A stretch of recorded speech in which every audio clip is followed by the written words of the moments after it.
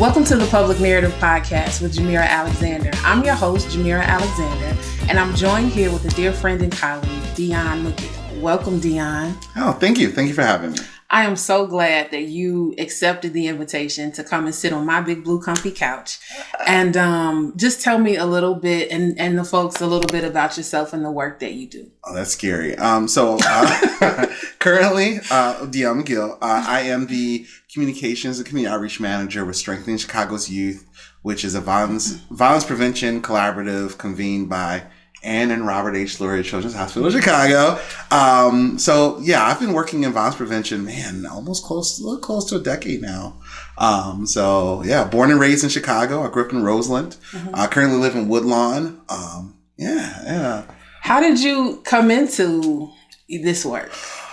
Woo! I fell like literally. It was like stumble, roll down the hill, and I was like, "Oh look, I got a job." And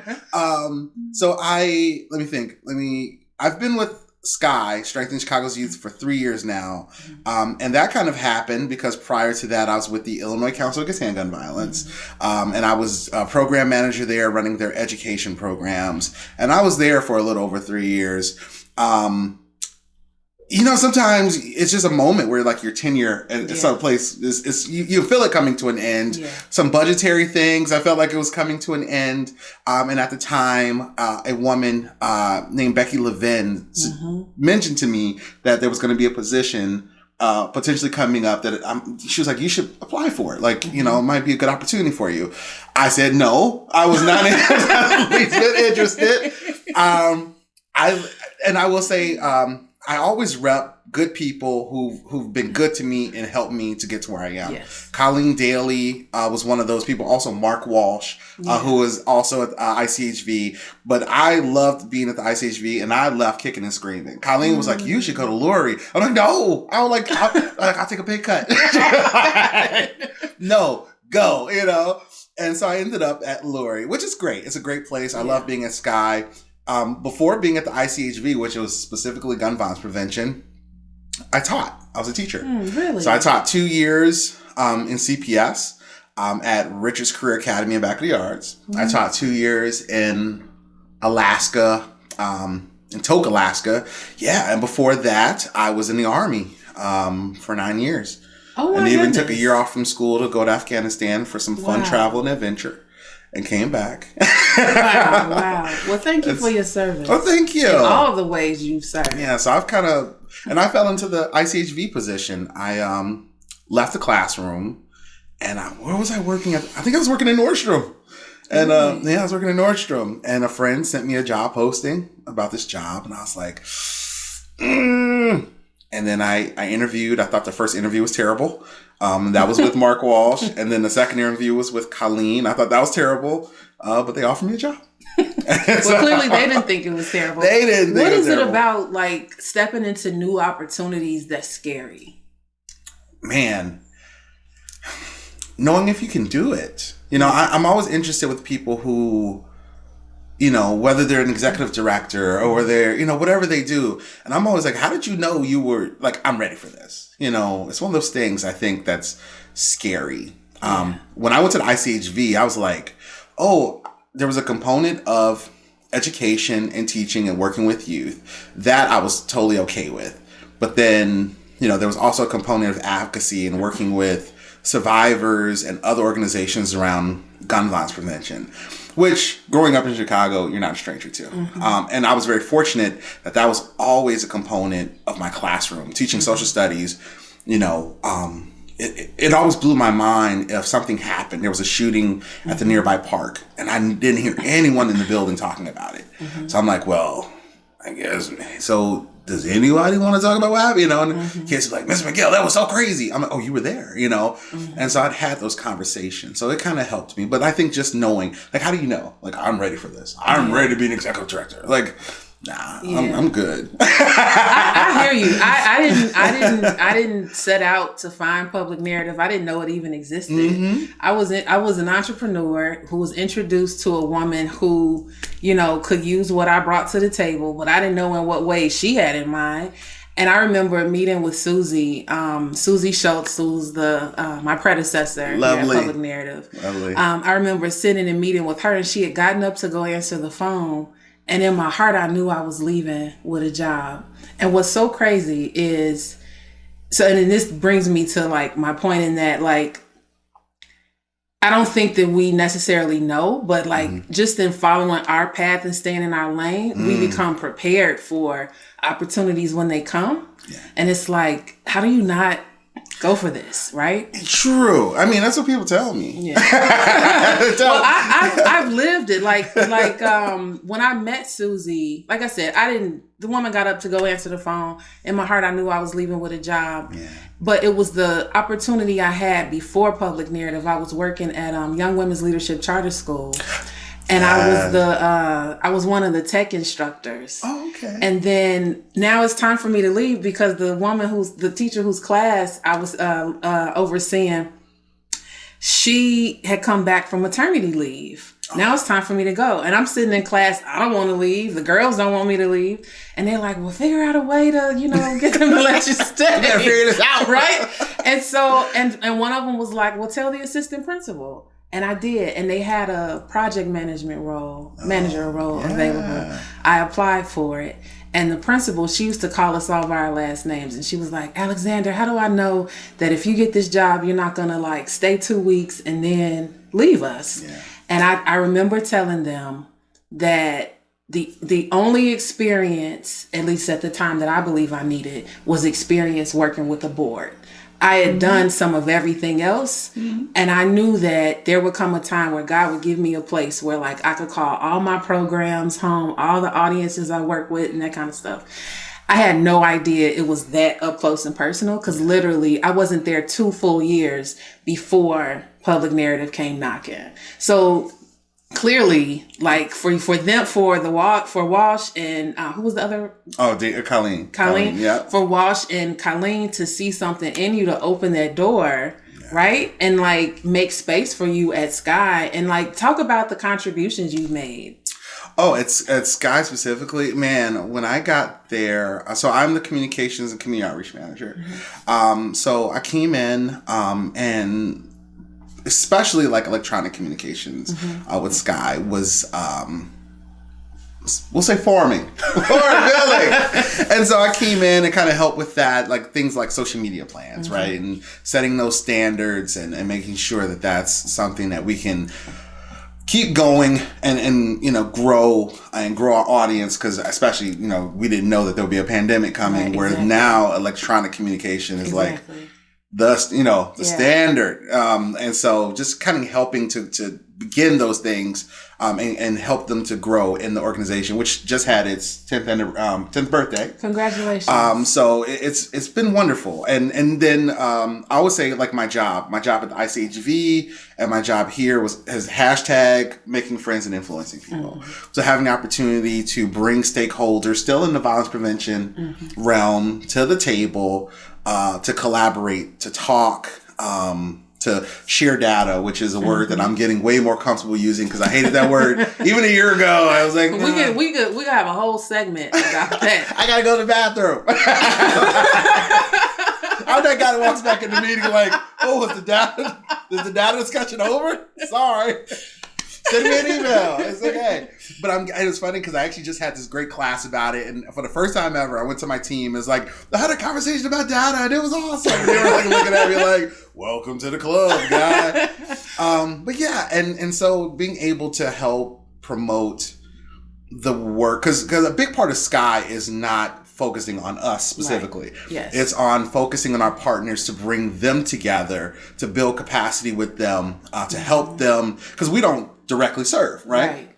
But you do in so many ways. In some ways, right? But you're not going to find me, well, you actually will, but as an organization, you're not going to see us on the street corner handing out flyers, handing out food, but we want to help organizations who do those things so they can do more. And then You know, if this person has a great idea and this person has a great idea, why don't you put that idea together? Yeah. And if we can just help to coordinate, you know, if you need someone to hold the bag, right? Mm-hmm. Y'all don't want to hold the bag, which is a skill, right? And that's something organizations can do. So that's the work that we do, and I'm so glad I can be a part of it because I'm helping in this sphere, you know, and it's great. I'm very lucky because very similar to ICHV, I don't just get to work with one organization. Yeah. I get to work with like 50. Yeah. You know, and I get to meet people and see things. That's the coolest part. And that's the coolest part. So I'm very thankful for that. Because it's just kind of cool. So you're talking about like becoming familiar and not even familiar, becoming friendly with data, right? And what a process that can be. I know for me, I felt the exact same way that you have, in that I felt like so much data is collected of our communities, but then what happens to it? How do the folks who are a part of those studies and those trials, like clinical trials and things, how are they benefited by being a part, and how is the community benefited by being a part? And this health project that we recently concluded with our Chicago Community Media research partnership, with Northwestern and the Alliance for Research in Chicagoland Communities, Jen Brown. I was going to say, can we give a shout out to Jen Brown? Let me tell you something. I adore Jen Brown, Dr. Rebecca Johnson. They were two women who came in. They invited Susie and I into a conversation to entertain the thought of a research partnership, inviting journalists and researchers together. I had no clue what that even meant, what the impact of it was. I just knew they saw, you know, a place for us and how can we show up and play our part. And it's evolved into something really, really great and something very special that has allowed us to explore what capacity for health coverage in Chicago looks like within media. Those are some of the takeaways I got from like a healed relationship with data. Because now what we learned was like, you know, being able to communicate the research findings really helps to alleviate some of the harm that is done by simply exposing the wounds or, you know, asking intrusive questions to some extent, but then being very careful of what kinds of questions and then how to navigate community, you know, around this project. And to do it in a way that honors their stories and honors their experiences. Do you have any experiences similar to those where you've seen people honored in data and in research? I think so. You actually attended an event recently, and I think that's what we're trying to do with that. So we're doing this participatory action research project, right? Which that term is new to me, right? Yeah, I learned so many. I was just like, what? I was like, what does that mean? And it's awesome when some high school kid goes, that means the people who do the research are the people who like the research is about. And I'm like, oh, okay. Thank you. Thanks, bro. Thank you for that. But I think now we're moving into this new era of research where now if you're researching about someone, you have to at least have a partner, if not a leader, who has been impacted, who has inside knowledge, right? If you're doing a research project about Woodlawn and no one on your staff or a researcher or who's in charge is not from Woodlawn, you got a problem, right? And I think that's always been my issue with data, right? And to me, even still to this day, I now understand the importance of it. I get it, but it becomes almost like this double-edged sword. And I'm actually gonna give you a very specific example. Please do. This would have been a couple years ago. I went to this webinar, and I remember because it was right after quarantine started, and this doctor had spent all this money researching gun violence. So he explained his methods. He explained everything. He had these beautiful diagrams about this networking web he'd done, and he was like, and here's my conclusion. I'm like, oh, this is going to be interesting. He's like, if you spend time with people who utilize guns to in altercations, you have a higher probability of being killed. It was something like that. He said that? It was something similar. That wasn't exact words. He had to spend money to know that? I said, and someone, I won't say who, but someone asked me what my thoughts were. I said, my parents weren't exceptionally educated people. I said, but my father told me, if you hang out with killers, you have a higher probability of getting killed when I was 6. And he didn't go past high school. Like that. I'm like, yo, you could have saved all that money. You could have gave me a quarter of it. Applied. I could have took you out on a couple of intersections. We could have had 40s. We could have talked to everybody around the block. And you would have walked away with the same conclusion. They could have told you the exact same things in one night, what you spent a year researching. Stop playing. You know, and that's how it works, right? But my lived experience isn't worth $500,000. Yes. Right? And that's so irritating. And that's one of the reasons why when people start talking data, I'm just like, whatever. But now I'm learning to ask, who collected it? Where did it come from? Yes. Right? And so I'm learning to ask the questions to know if the data to me is applicable, and if it's not just applicable, because I'm not saying it's inaccurate, but in the spirit of it, is it embedded with the people? Yes. Right? In mind. And is it not insulting? I know for me, like, just in some of those conclusions, it's like, it took us 6 months to come right back to where you know what I'm saying? Yeah. And so I think so I'm glad that it's not me, and just kind of exploring what this looks like, because the same, like, I learned a lot in 2 years more about the process and how to communicate so it was more, I think in this project, it was more about the communication aspect of it than it was the actual research and the actual findings. Yes. Everybody can Google, and Google may not always be accurate, but you said something that is very key, in that being able to honor people's lived experiences. So important. And sometimes when, it takes us however long to go around this mulberry bush to come right back to what my lived experience has offered me, it can be invalidating in that, well, what did I just live through? Like, you know what I'm saying? Yes. And so how do you deal in those spaces? Because I think that we have a responsibility being able to lean on lived experiences and those that people share with us. Yes, absolutely. And sit in these rooms and influence some of these conversations that suggest, well, why don't we try this approach? Or why don't we go about it in this way that we can build bridges? How do you deal in all of that? Man, you know what? I'm gonna keep it. Please do. With you. And this kind of goes to the original conversations I had, even after I was hired at Lurie. Becky, the one who hired me. Love Becky. We were talking about, okay, so now I'm here, whatever. And I remember saying, like, I'm like, Becky, I don't know if this is a spot for me. I'm gonna be honest with you right off the bat. And she said, she goes, Lurie needs people like you. And I was like, I don't agree with that. but and now 3.5 years later, in some ways she was right. I have those experiences. So when people who don't are, in the mix of whatever they're doing, I can be like, stop. Yep. Let's think about this.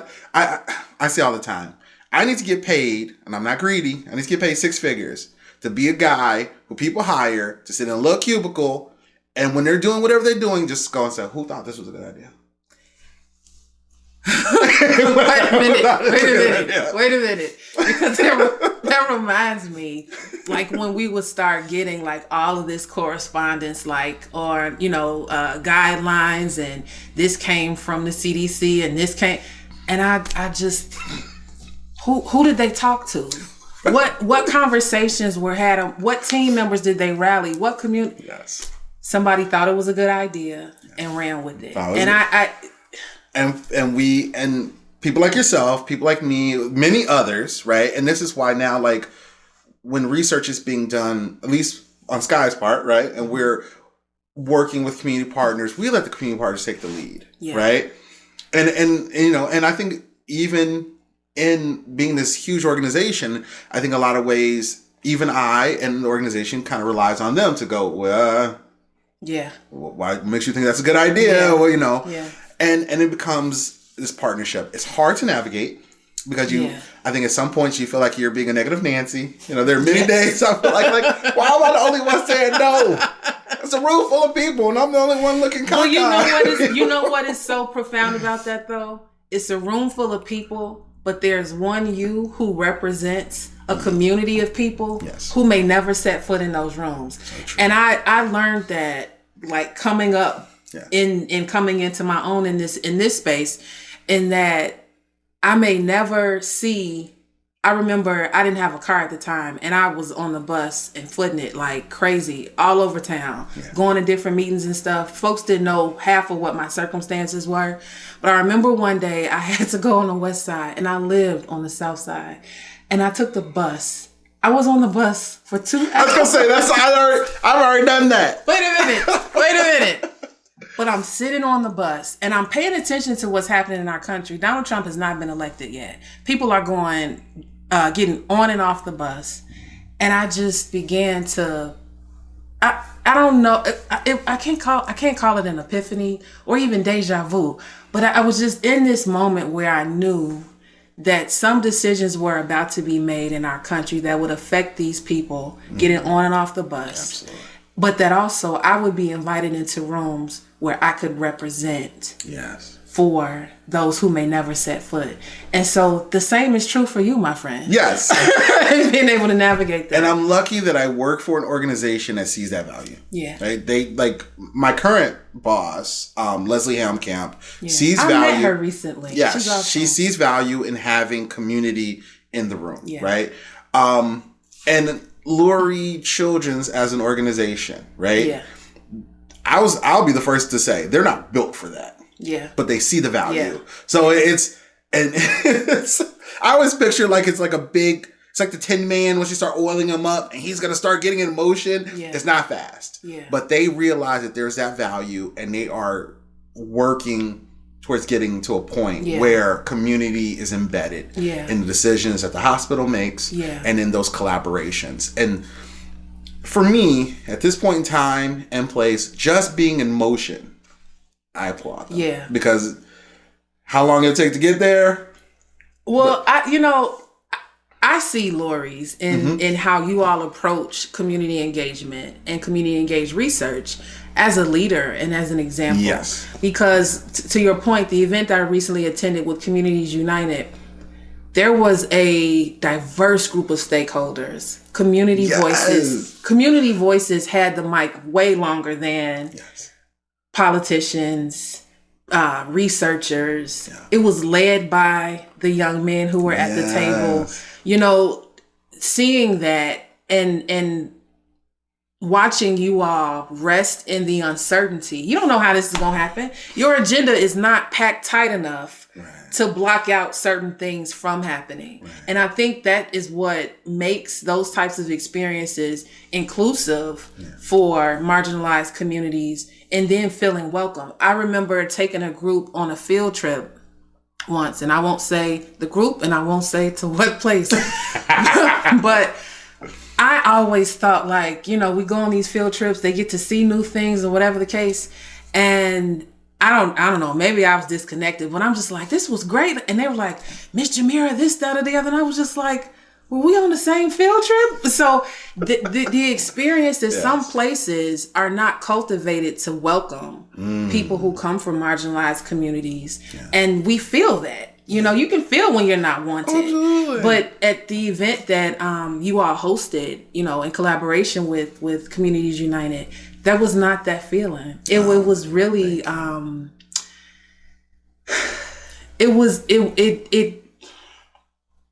it had this genuine concern for the concerns of the community. Oh, that's awesome. And unfortunately, I wasn't even there. I know. You were in Patty. I was at Patty. But I will tell you, if you can make Streeterville feel inviting, because that's, I go there all the time for work. Streeterville is not an inviting place. It's not easy to get to. It's not cheap. It's not parking friendly. If you in Streeterville, you feel like, okay, I felt welcome being in this event here. And man, you've done some stuff. I'm going to go so far as to say, it's not so much Streeterville as it is the environment that Lurie's has cultivated through Sky. Yes. And that is such a powerful thing. And I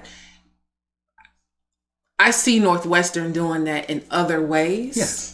And the work that Jen is leading with the I love Jen Brown Center so for Community Health. Yeah. Like that engagement is so profound. She's invited Public Narrative a couple times, myself and Marae Valendo, our Director of Media Engagement. She's invited us to that space to share and talk and collaborate. But even more so the work that is happening at Mcgill and some of their community engagement and how that is beginning to expand. So what position do you think, and feel free to decline this question, right? Because this is kind of a on the spot type question, but what position do you think Northwestern is in to really champion engagement across the city in all sorts of ways, be it violence prevention, journalism, community engaged research? What position do you think it has for dynamic social impact? I mean, they've got all the cars, don't they? I mean, they can do what they want, right? And I hope, I love Jen Brown so much. I'm just there. She should make so many decisions, and she just be moving the cars around. I would just move her as high up as you can in the food chain and be like, Jen, have your play of the land. Make it work for everyone. And she could. She's a genius. Yeah, totally. But I think, you have organizations like ARC inside of Northwestern. And I've met doctors there and such. Very similar, right? It's an organization that has not necessarily been built on the spirit or the values of which we were talking. Right. However, you're seeing a shift where they want to, we want to be a part of what this burgeoning new thought. We want to be a part of these communities. We want the communities to be a part of who we are. And they have the tools to make it happen. Similarly, you're talking about a very huge, monolithic organization that I've always said, and this goes back to my days as a teacher, the hardest thing to change, I've always found, is culture. Yeah. Changing culture, just going click, that is a hard thing. Yeah. And they want to do it, and they're getting there. And so it's very similar. We want to believe it's going to happen tomorrow. Tomorrow, Northwestern's going to be this champion of all the things that we hold dear, but that's not reality. But if it happens within, I would say 20 years, right? Because that's how long that type of change happens. But I think they have the full capabilities. Totally. I think they have the desire. Totally. That's what's most important, the desire. And so I think very similar to Lori, both organizations are moving towards what we want them to be. Yes. Right? Yes. And so, yes. Yeah. I find solace in that. Yeah.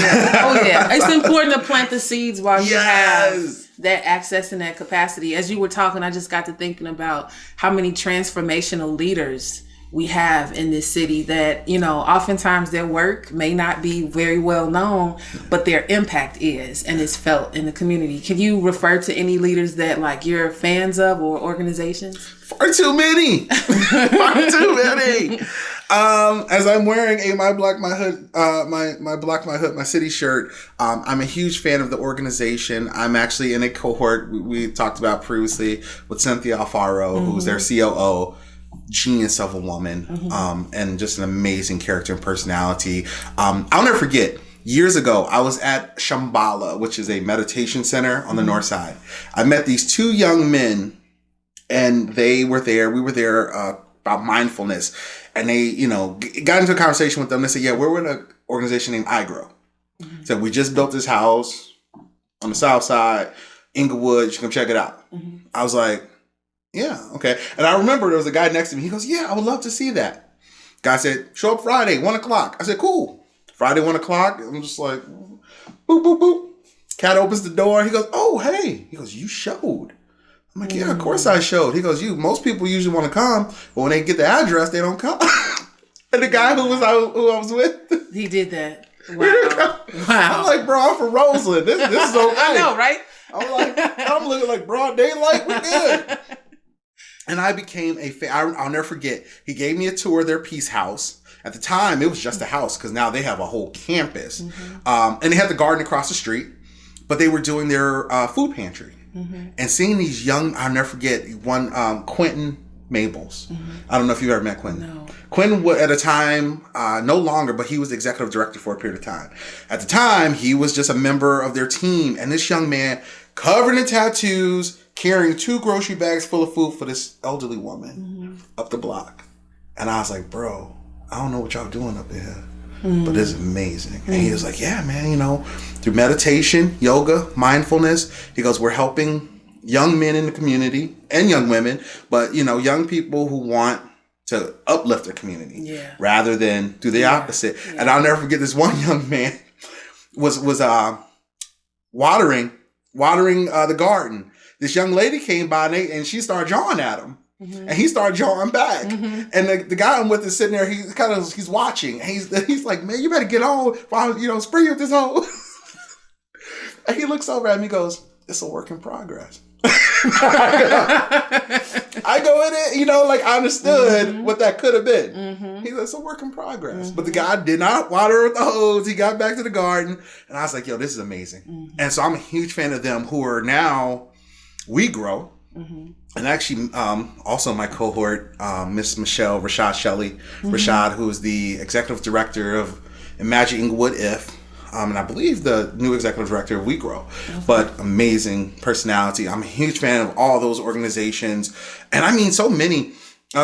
Most people don't think of it as a nonprofit. Kusanya Cafe is a nonprofit in Inglewood, right?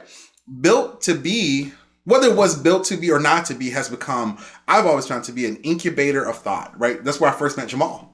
Jamal Cole from, I met him there. And every time I would show up there, he was there. And I'm like, okay, hey, excuse me, sir. My name's Dion, right? And it's funny, I meet Jamal everywhere, and I bet you if you asked him today who is Dion Mcgill, he could not tell you. But whenever I run into him, I usually looking like a bum, and I always say, hey, when was the last time we saw each other? And he looks at me like, do I know you? And the last time I saw him I was sitting on the steps of the Art Institute, totally looking like a bum, eating dinner with my bike. And I was like, hey, Mr. Cole. And he was like, oh, hey, look at that. They probably feel like, I don't know this dude. But, man, there's so many organizations I'm thinking of. Let me think. Communities United, which we've been partnering with. Amazing. Man, yeah. I mean, if you gave me more time, I could come over the list. Yeah. I love Chicago organizations. And just all the amazing work. One thing I always say, there needs to be more funding for nonprofits in this city. There are so many nonprofits doing good work, and if they could just do more of what they do. Man. So who has been the biggest influence in your life? Oh, no. In my life? In your life. Professional or personal? Your choice. Oh. Sometimes in this work, they overlap. So they do. Man, I can't even. You know what? I mean, can I give a couple names? Sure. Okay. My mom. I mean, my mother and my father, for sure. But I lived with my mom entirely in my life. Both my parents were present and there, right? But hard worker. I would not be where I am today without my mom. I just 100% went all the things that she's done to keep me safe, alive, out of big trouble, all the things that happen in life to get to where I am today. I would not be where I am today without my mom. So I guess to answer the question, I guess it would be my mom, for sure. And I've just been very fortunate to always encounter just great personalities who've kind of helped propel me forward. Through college, I was very lucky. I had professors who taught me. I was older than most of the youth because I went back. I took a very long break from college, went back to get my bachelor's in social science. So at that point, actually, I remember being the same age as one of my professors. So I'd sit with them at lunch and they would talk about this issues and problems. But if you gave any opinion at the table, you had to defend it, right? It didn't matter what you said. Like, what makes you think that's true? And so they taught me how to debate and think and be comfortable in my opinions, but also be willing to shift if what I believe is true is not true, right? And that's value. And then moving into my professional life, we mentioned Mark Walsh, Colleen Daly, I'll throw John Gruber, who's a colleague of mine in that group, just people I've learned from immensely, continue to learn from through their strength and their knowledge, and their character. And then moving into even Lori, Miss Becky Levin, who took a shot at an unknown kid here. And here I am. So yeah, I've been very fortunate. I've been just very lucky. Lucky. And if I sat longer, I could think of definitely more people. Because, going through the military for 9 years, you meet people who, sometimes just one lesson changes everything, right? And I've had I've been very fortunate to have many of those moments where a person just gave me one lesson. I was like, and I am gone. I got the bag and the keys and I am gone. Yes. So I've been very fortunate. Yes. But it all goes, I will say, going back, it all goes back to my mom, for sure. We definitely need people in our lives who see something in us that we don't. And we have to have trust in them and the relationship to be able to step out in what they see. Yeah. I used to think of it, like, I don't think of it as imposter syndrome anymore. I used to suffer from that. But, like, I don't know if I'm just really hard on myself. But, like, man, someone posted something on Facebook the other day. And I responded. I said, I relate to this so hard. And it was basically like when someone tells me they're proud of me, like it just almost makes me cry because I'm constantly thinking, you're not doing good enough. You're not doing enough. And I'm at this point in my life, I'm 42. I feel like I squandered the first 40. I think that's part of it. I feel like I just squandered the first 40 years of my life in a lot of ways. So I feel like there's so much I want to do over the next 40, right? If I get that far. So, right, I always feel like I'm racing against a clock now. So I just feel like I'm like so totally trying to hustle to get to a point where I'm like, I can be like, I'm where I want to be, but I'm racing against a clock to do it. And so I think that puts a lot of pressure. And so it's interesting. What if the first 40 were like your training or a tutorial or to gather the lessons and the next 40 are to apply? You know what I think it is? Like, that's totally true. But like, we look at like, especially us, right? We work in a space where we see a lot of young people do amazing things. I just get so jealous. It's like when I was your age, I know, I get that. I wasn't doing nothing.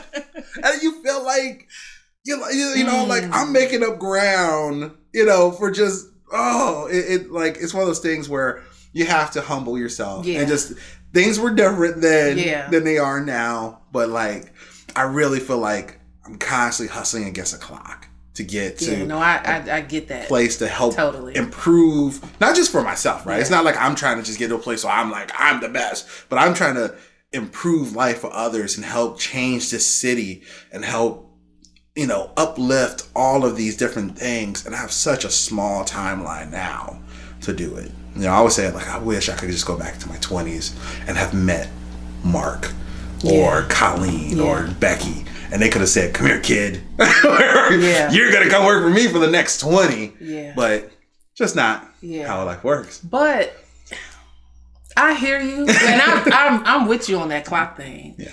Like, I am sometimes I can be so conscious of it that I just need to know that we're moving forward, that we're progressing. Yeah. Like, I know I won't be here always. I know I won't always have time in this setting or in this role or whatever the case. And it's like, I got to do all that I'm supposed to do while I have the ability to do that, and not waste my own time and not allow others to waste my time.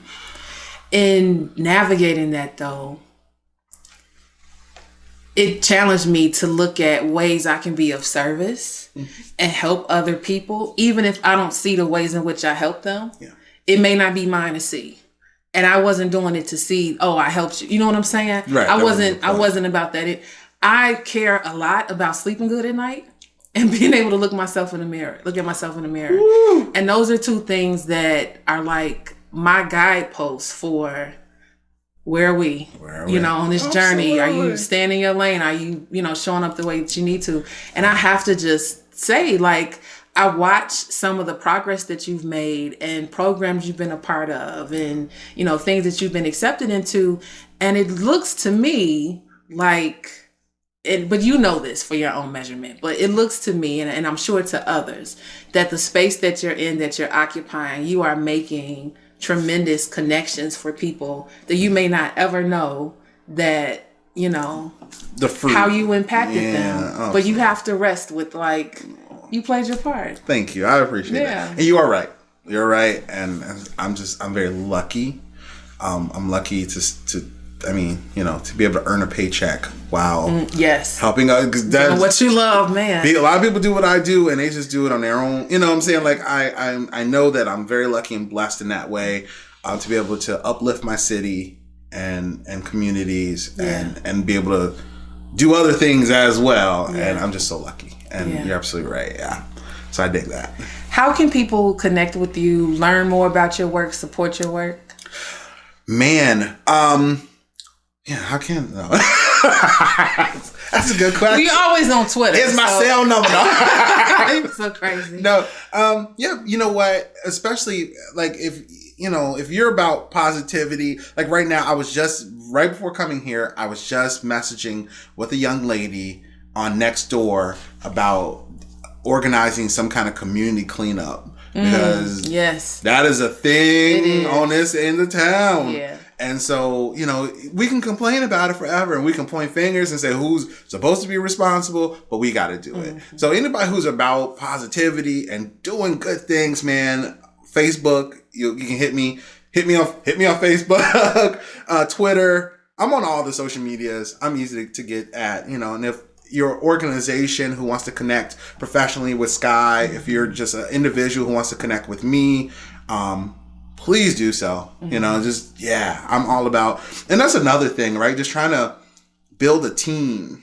and your clique or whatever who are about positive. Like I always say, like if I had like 10 more of me, right? I was just like, if I had you 10, gotta make those for yourself. You gotta make them. My therapist is like, think about like the core group of people and in establishing your boundaries, right? Yeah. And like who you can take what to.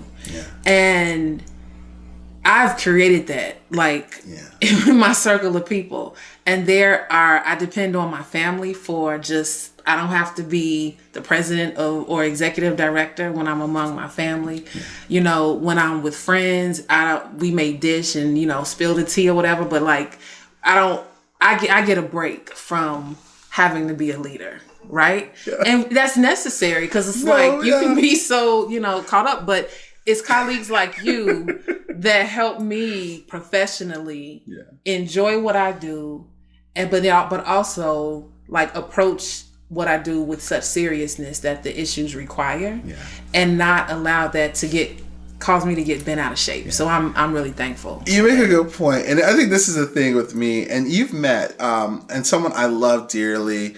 She's been an amazing thought partner over the last couple of years, Idami Noriega from the Poetry Foundation. Yes. Idami is amazing. But like, cause I'm a very unique individual, right? Outside of my professional work. You really work, are. Cause I just started following you on Facebook. Now before we were connected on Twitter, but following you on Facebook, I was like, there's another side to Dion. There's a lot of sides to Dion. And just as I'm doing this work and, like I'm just getting into wearing ties now, like wearing ties. I still don't own a suit. I have. Are you kidding me? No, I'm not. No, I'm not. It's too small. And you say it with such joy. It's too small. I bought it like 5 years ago. I'm trying to cover my mouth for the camera. But like outside of that, you're gonna find me in the pit at Riot Fest to body count, right? Like that's me, and not everyone can rock with like that, right? I'm a very diverse individual, and I think for me it's hard. And I always tell people like I don't rock with everybody, right? Because not everyone can rock with me, because I'm just my professional life is one thing, but then. It's I used to work with someone who I was like, how do you listen to music that's like violence this and violence that and work at the ICHV? I'm like, no. I don't play that music at the ICHV. I don't know what else to tell you. So, but yeah, I'm all about connecting with people who are about positivity because ultimately that's what it's about. And having fun, I'm all about the fun, but having fun and doing good things. So anybody who's interested in that, Facebook, Twitter, Instagram, Yeah, that's it. I'm even on I have a TikTok that's only about positivity. So it's very few videos, but it's just me saying very positive, like motivational things. So like, yeah, man. It's all right if you was a rapper in your former life. That's perfectly fine. I don't know about all that. Well, I was like, man, memories like college.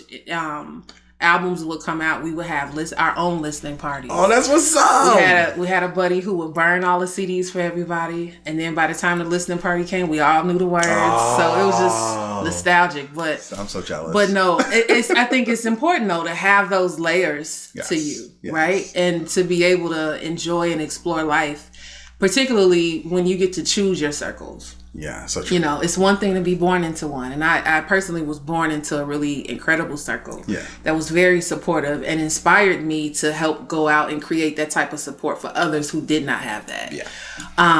But I truly appreciate having been connected to you. I don't know if we said this at the beginning of this episode, but you were one of the first people that I met with when I first got to Public Narrative. I remember and that. You helped me. I still remember our brainstorming session during that meeting. Yes. We were talking about doing some work over here on the South Side with a youth community group. And our meeting gave me the validation I needed to know that I could dream big in this role and just like see what sticks. Right? See what happens. Like, and I'm really thankful that we have maintained that relationship during this time. Because it don't always go that way. Ain't that but I'm thankful. Ain't that the truth? I'm so thankful. But I appreciate you so much. I appreciate Public Narrative, and all the work you guys do. And yeah, which is connecting you with Cassandra. I'm like, yo, you gotta talk to Jhmira. Like, I'm so excited to work with them. Yes. Yeah. So, No, go. No, I was gonna say, no, it's just great. You know, and what you do is great. You are great, and just I got a great team. Like my team is everything, from scheduling to grant writing to engaging with the media. A lot of prep for a lot of activities and initiatives and things, and it's that being able to hear one another in the process that allows us to do the great work that we do. So true. So good to be among friends when it comes to serving Chicago and really thinking about how to make this a better place, even if all we do is spread and lay the seeds and watch them grow or not later. Yeah. However that goes. But again, thank you for being here. We know how to connect with you on social media, know how to connect with Sky and Lurie's Children's Hospital. Any last words you'd like to say? Oh man. Keep doing what we're doing. There are problems. Chicago has always been a city that's had challenges, but we can overcome those challenges. Mm-hmm. Like I'm a full believer that every solution we need for our city already exists, and it exists inside the city. Yep. Do we need to refer outside sometimes to get good ideas? Absolutely. But I firmly believe that like people like you and people, like all the nonprofits we talked about and all these different things, we have our solutions and we just need to put them in place. Totally. So, and some of that is pushing people who have the power to make that happen to realize that, right? There's a part of that too. But we just got to keep doing it, and we got to do it together, and we got to do it consistently. Totally. And so, that's about it. Thank you. You. And thank you for joining us for the Public Narrative Podcast. I'm your host, Jhmira Alexander, and this is my incredible guest, Dion Mcgill. See you next time.